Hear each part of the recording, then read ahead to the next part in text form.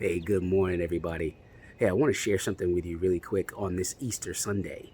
Um, you know, it's odd that we celebrate Easter, and it is literally one of the most heavily church attended days of the Christian calendar. More people go to church on Easter than any other Sunday throughout the year.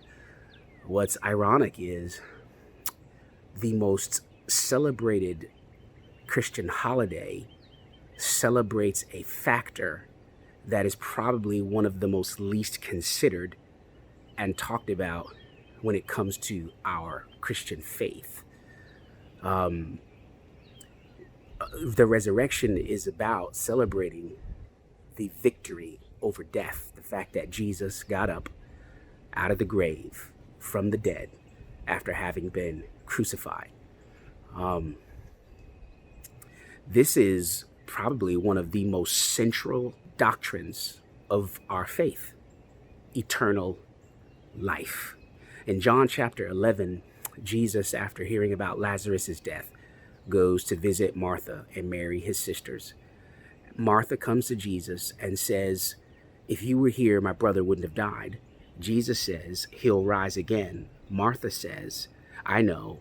He'll rise at the resurrection on the last day." Then Jesus says these words, which are probably it's probably the most important verse in all of the Bible. He says this: "I am the resurrection and the life.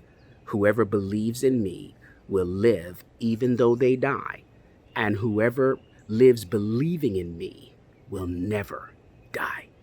Jesus' resurrection was the proof of that statement. The disciples, after Jesus died, they could have left this whole thing alone, gone back and lived normal lives with their family and kind of discussed Jesus casually and fondly for the rest of their lives. But the fact that he got up out of the grave is what inspired them and put a fire inside their belly to preach eternal life. Listen to what I'm saying to you. They didn't preach Jesus came to give you a better marriage.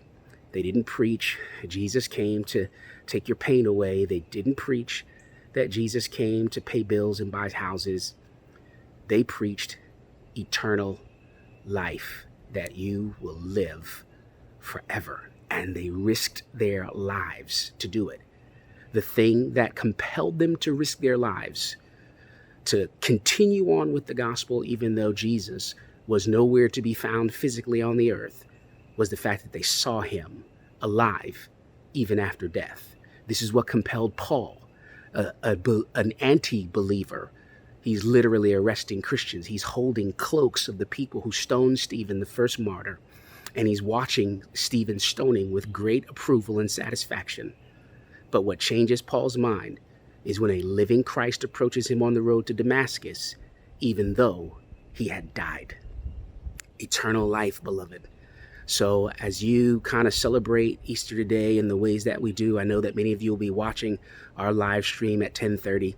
But as you celebrate today and remember today, I want you to remember the very foundation of what Easter is really celebrating. It's celebrating the victory over death, that Jesus got up out of the grave. And Jesus got up out of the grave as proof. This is why he got up, to prove what he stated to Martha, that he was the resurrection and the life, and that whoever believes in him would live even though they die, and that whoever lived believing in him would never die. You will live and you will not die, as Jesus had promised and as his resurrection proves.